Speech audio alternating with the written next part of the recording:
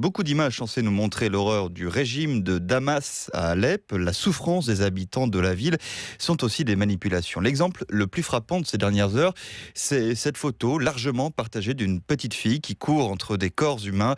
Le message qui l'accompagne dit ceci: cette fille court pour survivre et toute sa famille a été tuée.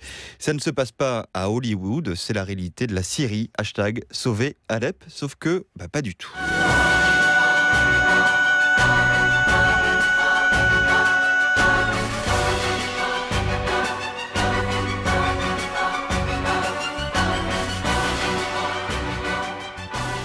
Ce que vous entendez là, c'est la chanteuse libanaise Hiba Tawadji et la scène de la petite fille qui court. Effectivement, ça n'est pas Hollywood, ça n'est pas la Syrie non plus. C'est l'une des scènes du clip de cette chanson qui remonte à 2014. Et ce n'est pas le seul exemple de détournement. On a vu passer la photo d'un homme en pleurs, les bras au ciel, au milieu d'une rue, après l'explosion d'une bombe. Sauf que cette image en question vient du Pakistan. Elle remonte à fin 2007. Des vidéos et des photos de Gaza ont également refait surface ces derniers jours sur Twitter pour nous montrer des victimes de bombardements du régime Alep. Méfiance évidemment face à une image qui n'est pas une preuve en soi, sans source claire, en tout cas sans contexte. Et puis il y a quand même quelques outils, et notamment tout bêtement Google Images. Ça ne marche pas à chaque fois, mais ça peut aider. Ça prend 15 secondes quand on a un doute sur une photo, son origine, sa date.